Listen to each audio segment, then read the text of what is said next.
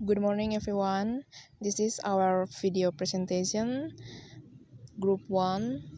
Let me introduce ourselves. I am Dewi Jo, and the next is Nicodemus Leland.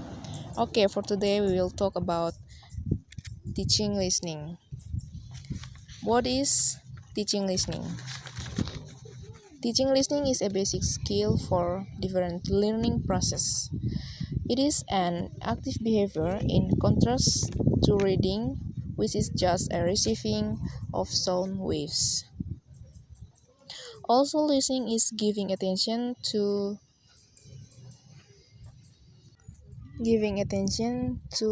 sound or action. When listening, a person hears what others are saying and tries to understand what it means.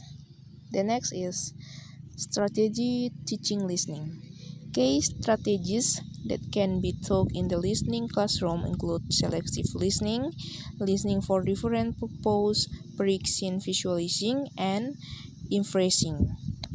Jadi, kunci strategi mendengarkan dapat diajarkan di ruang kelas, termasuk mendengar selektif, mendengarkan untuk tujuan yang berbeda, memprediksi, menyimpulkan, dan memvisualisasikan. The next slide is principle for good listening. We have 5 principles for good listening. One is basic, pay attention. Even native speakers need help with this. Focus on the speaker. We focus on the speaker, look at him or her, because facial expression and body language can communicate as much as language. For example, there will usually be more engagement with the listener in making eye contact and use of hand gesture in what speaker is saying of importance to him or her. The next is practice active listening. Ask the speaker to slow down or repeat when you don't understand or just want to be certain about what you hear. Repeat back what you think you hear him or her say, as there can often be a gap between what we thought we hear and what the speaker intended. For example, so what I'm hearing from you is that you would like more quiet and fewer distraction, often 9 p.m., so that you can study. This called is active listening. The third is pay attention to structure. In a formal lecture or speech, the speaker will usually let you know ahead of time the organization of the discourse. The devices called discourse makers actually help the listener listen in organizing and understanding the lecture. Even in less formal conversation, speaker will often structure their discourse, especially if they want to make certain they are understood. Jadi, formal ini,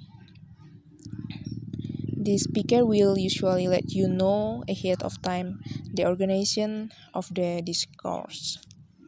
And the third, listen for keywords. What words does the speaker emphasize? Usually, the speaker will let you know by stressing the main point. For example, let's talk about the time. We will meet tomorrow. The stress word is time. Time signal that the time of tomorrow's appointment is the main point. Biasanya pembicara akan memberitahu Anda dengan menekankan poin utamanya. Seperti contoh di atas, yang ditekankan adalah waktu or time. And the last is key phrases or markers. In formal lectures, the speaker usually also marks main point with key phrase. In formal lectures, the speaker usually also marks main points with key phrase. Actually, basically, like I mean to and okay. Discourse Marquez is a word of phrase that plays role in managing the flow and the structure of discourse. Jadi penanda wacana adalah kata atau frasa yang berperan mengatur alur dan struktur wacana. Contohnya, what I mean to, and okay, I will do that. Lucia, will you help me? Yes, it is a discourse marker. And then next slide to explain for my friend Nicodemus Celan. Second is teaching principle of listening, and we have third subtopic, and the first one is make it explicit. If a native speakers who actually use marker or key vocabulary may not have consequently doubt about these devices. Introducing some key markers and vocabulary is often welcome. It makes explicit how to understand and manage conversation, which may have been something a mystery, such as why a friend react with anger at your student ignoring raise the issue. In addition, key terms such as active listening and discourse markers should be introduced and exemplified. And the second is model. For new concepts such as active listening, a model is needed. This can be provided by traditional print example, dialogues, and as well as film clips, and teacher modeling with volunteer students. The teacher might say, Gina, tell me something of importance to you. And I listen actively.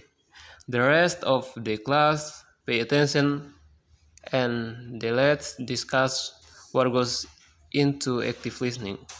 And the third is practice.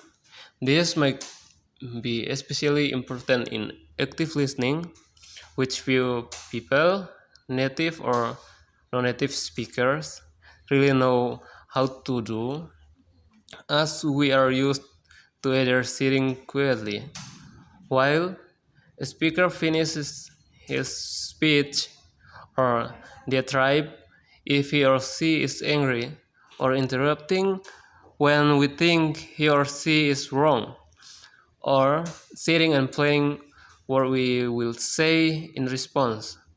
Active listening takes practice, but is worth it in terms improved listening skill and relationships. Thank you.